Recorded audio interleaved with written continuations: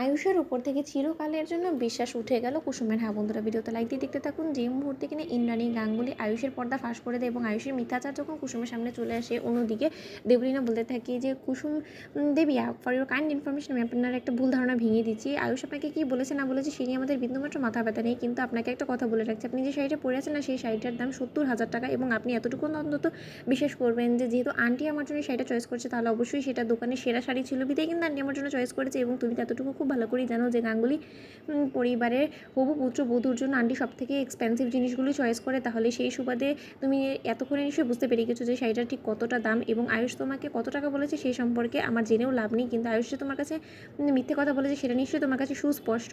তো আয়ুষ এবার তুমি কী বলবে? ঠিক সেই মুহূর্তে আয়ুষ বলতে থাকে যে কুসুম, আমি তোমার কাছে হাত জোড় ক্ষমা চাইছি, কারণ আজকে তোমাকে এতটা অপমানের শিকার হতে হয়েছে শুধুমাত্র আমার জন্য। আমি আসলে কালকে সেই স্টাফকে ইশারা করে বলেছিলাম যে সে যাতে কোনো মতে কুসুমের কাছে গোটা শাড়ির দামটা না বলে, কারণ প্রথমবার এই গোটা শাড়ির দামটা বলা মাত্রই যখন কিনা কুসুম এতটা রিয়্যাক্ট করে ফেলেছে, তাতে করে আমি বুঝতে পেরে গিয়েছি যে শঙ্কর কাকা এবং কুসুম কোনোভাবেই হয়তো এই শাড়িটা কিনতে চাইবে না, কারণ এটা তাদের সাধ্যের বাইরে। তার জন্যই আমি কোনোভাবেই চাইনি যে তাদের সাধ্যের বাইরে বলে এই জিনিসটা তারা নিজেদের চয়েসটাকে এরকম করে চাপামাটি দিয়ে দিবে। তার জন্যই রীতিমতো আমি তাদের মনের ইচ্ছাটা পূরণ করার জন্যই রীতিমতো এই কাজটা করেছি, কিন্তু এতে করে যে এত বড় একটা সিক্রেট হয়ে যাবে সেটা আমি কোনোদিনও ভাবিনি। এবং কুসুম, আজকে আমার জন্য তোমার চোখে এরকম তোমার বিশেষ দিনে চোখের জল এলো এবং তার জন্য আমি সত্যি তোমার কাছে ক্ষমা প্রার্থী। অন্যদিকে কুসুম বলতে থাকে যে ছোটো সাহেব, আপনার আমার মতন একটা কাজের মেয়ের কাছে হাত জোর করে ক্ষমা চাওয়াটা সত্যিই সাধে না, এবং এইসব কিছু করে আপনি রীতিমতো আমাদের বন্ধুত্বটা সম্পর্কটা নষ্ট করে দিলেন। এবং আমি কোনোদিনও হয়তো বা আর ভবিষ্যতে আপনার উপরে অন্ধের মতন বিশ্বাস করবো না, কারণ আপনার কারণে আজকে আমাকে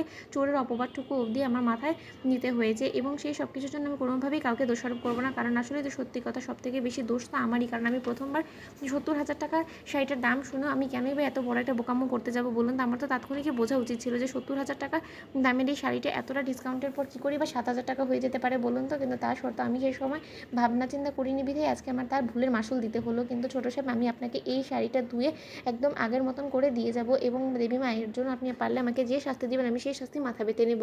অন্যদিকে ইন্দ্রাণী গাঙ্গুলি বলতে থাকি যে ইন্দ্রাণী গাঙ্গুলি সকলের উপরে দয়া করে, ইন্দ্রাণী গাঙ্গুলি কারো কোনো রকম কোনো দয়া নেয় না। তাই তোমাকে আমি বলে রাখছি যে এই শাড়ি যেহেতু একবার তুমি এই বাড়ির কাজের মেয়ে হওয়া সত্ত্বেও পরে ফেলেছো, এই শাড়ির কোনো দিনও গাঙ্গুলি পরিবারের বইয়ের গায়ে উঠবে না। এবং এই শাড়িটা তুমিই পরে ফেলো, এই শাড়িটা তোমার ধুয়ে আমাকে দেওয়ার কোনো প্রয়োজন নেই। কুসুম ঠিক সেই মুহূর্তে আয়ুষ বলতে থাকে যে কুসুম, তুমি আমার একটা কথা শোনো, তুমি প্লিজ আমাকে ক্ষমা করো। তো অন্যদিকে কুসুম কোনো রকম কোনো কথা না শুনিয়ে সেখান থেকে যখন চলে যায়, ঠিক সেই মুহূর্তেই ঈশানের ছোটো কাকিমণি দেবলীনার কাছে গিয়ে বলতে থাকে যে দেবলীনা, সবে তো মাত্র এই মেয়েরা তোমার কাছ থেকে একের পর এক জিনিস কেড়ে নেওয়া শুরু করেছে, এবার তো সবে মাত্র শাড়িতে হাত দিয়েছে, পরবর্তীতে না দেখো যে গাঙ্গুলি পরিবার ছেলেটাকেই না তোমার কাছ থেকে কেড়ে নেয়। তো বন্ধুরা, লাইক এবং শেয়ার করে সাবস্ক্রাইব করতে ভুলো না।